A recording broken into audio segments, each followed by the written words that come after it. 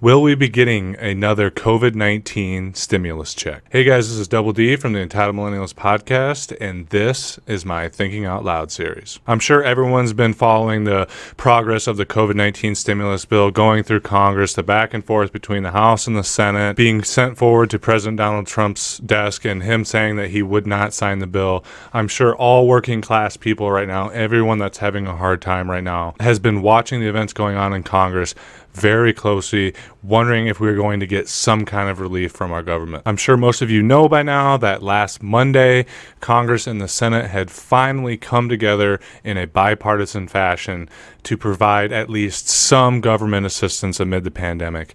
Something like 6 to 9 months too late since our last check, but still, it seemed like we were finally going to get some sort of COVID-19 relief until a tweet sent out by Donald Trump stated that he would not be signing the bill into law unless Congress upped the dollar amount from $600 to $2,000 and agreed to cut the pork belly spending that was going into the bill along with relief measures. And now at 7:30 p.m. my time, I am just getting another update, I believe from the Washington Post, and I also saw an article from the Chicago Tribune saying that President Donald Trump had sent out a tweet saying that there would be good news regarding the COVID-19 relief bill, and now it has come out that the President Donald Trump has agreed to sign the bill into law. It's funny, I actually sat down to make this video, and I was initially going to start the video with, are we going to get a COVID-19 stimulus check?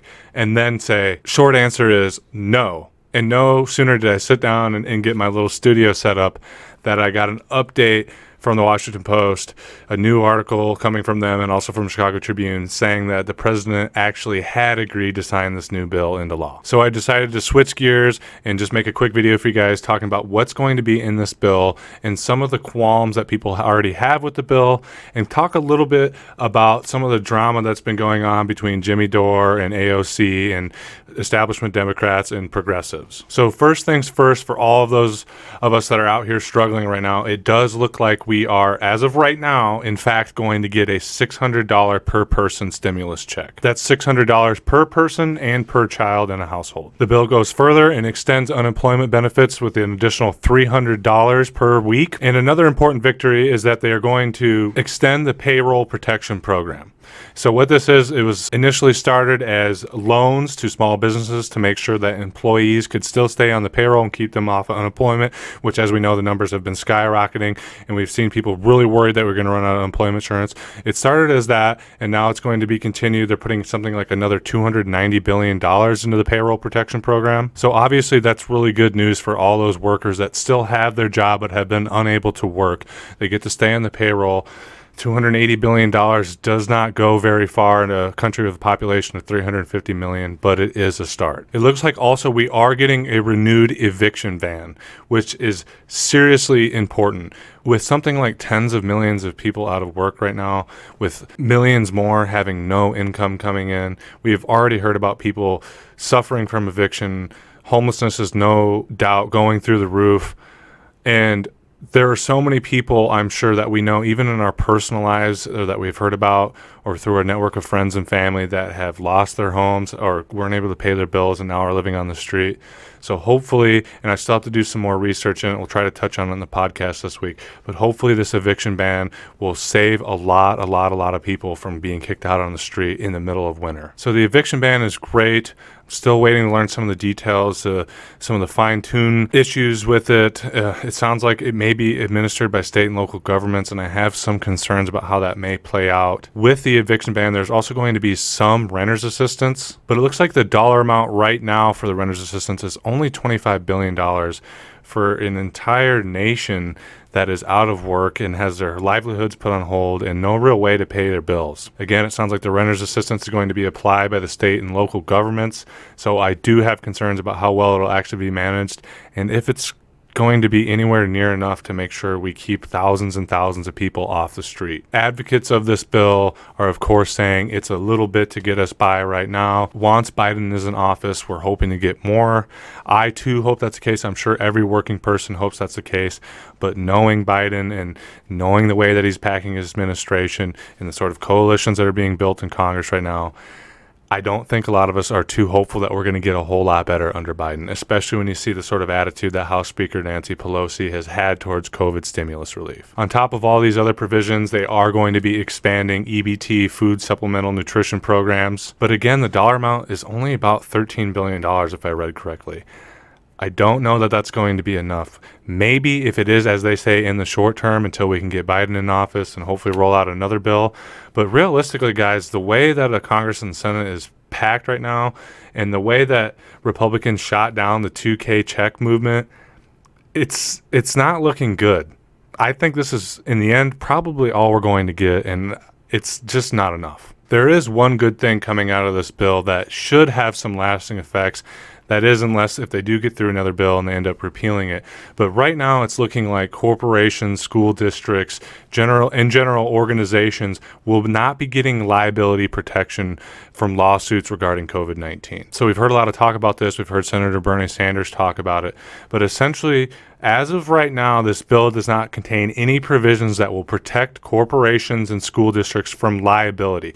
So the idea is corporations, school districts, restaurants, all these different organizations or groups or businesses were hoping to get protection from lawsuits in that they may have caused people to contract COVID-19. So the idea being is, well, because I had to go to work, because the place didn't shut down, because the schools are open and my kids had to go, I caught COVID-19 and therefore should be able to sue that government organization, that school district, that business, or that corporation. So as of this moment in time, there is no liability protection for organizations that remained open during the pandemic.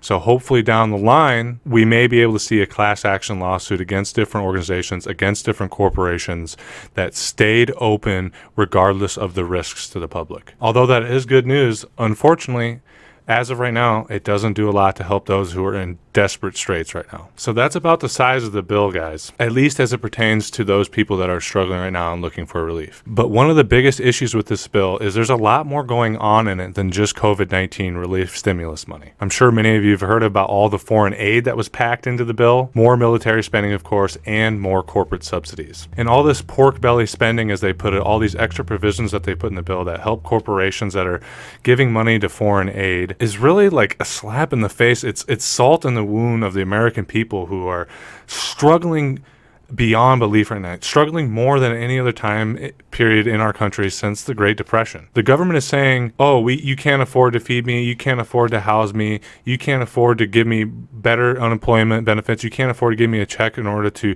pay my bills and make sure that I don't go homeless in the winter, but you can give tens of millions, hundreds of millions of dollars to foreign countries, some of which are despotic and have perpetuated crimes against humanity, countries like Israel and Sudan. So it's no question that people are incredibly upset about that. $600 checks for the American people, hundreds of millions upon millions of dollars for large corporations in foreign nations. But there's even more controversy surrounding the bill right now. Controversy sort of spurred on by progressive YouTube talk show host Jimmy Dore. And this goes along with the topic that I talked about in my last video, talking about the widening divide about those on the progressive side of the left. Right now we're seeing something of a spat or a political struggle between Jimmy Dore and AOC and progressive members of Congress like the Squad. So there's a couple of things going on right now, some of which has been perpetuated by Jimmy Dore. First is the battle for the $2,000 stimulus checks. This surrounds the idea that I think we're all feeling right now, that $600 is nowhere near enough for the American people. That even as Donald Trump said, we need a dollar amount closer to $2,000, but not just in one check, monthly. And Jimmy Dore has obviously clashed with some House Democrats on this issue. On top of this, there is the Force the Vote movement. And this whole Force the Vote movement really centers around Nancy Pelosi being accepted again as Speaker of the House. Jimmy Dore and other progressives are saying that progressives in Congress should withhold their vote for Nancy Pelosi until she agrees to bring forward a bill to the Congress that will push for Medicare for all. And now Jimmy Dore has taken a lot of flack for this. People are calling him an elitist, saying that he doesn't understand that people need help right now. They're telling him that this isn't the time to be doing this. We're in the middle of a pandemic. But those, myself included, who are taking the side of Jimmy Dore are saying that there's never going to be a perfect time to try to push for M4A. And right now may be the most perfect time that we could ever hope for during a global crisis, during a pandemic, when the issue of health insurance for everyone is center stage. And this again comes to the sort of deepening divide that we're seeing on the left. A divide between those who sort of want to play the status quo game, even if they have progressive thought processes and want to get progressive policies through. They're kind of playing a game of status quo. Let's keep pushing. We have to play politics a little bit in order to get things done and help people. And those that are maybe a little bit more left, a little more militant, that say, no, we're never going to have revolution. We are never going to get the things we do unless we come out swinging. And as you guys know from watching this channel, I am more of the latter camp. And so on top of all the craziness around the stimulus check bill and the worries about people being out of work, about not having income, about going homeless, we have this fierce political battle being fought right now. And in the end, it really brings us to perhaps the biggest question facing America right now. And it's not how we're going to handle the pandemic. It's not how we're going to get more progressives elected to Congress. It's the question of reform or revolution. And it seems to me in this current political and economic climate that question may be getting answered sooner rather than later. But anyway, guys, that's all I have for you. Just want to give you this little bit of update about what I've heard about the COVID-19 stimulus bill. I'm sure I didn't do the best covering it. There's a lot more details in it. I encourage you all to go look into it yourselves. I plan on doing more research so we can talk a little more in depth on it on this week's podcast. But as always, I'm rambling, I'm thinking out loud, and I suppose it's as good a time as any to cut this video short. So until next time, guys, I love you very much, and I'll see you next week. Bye.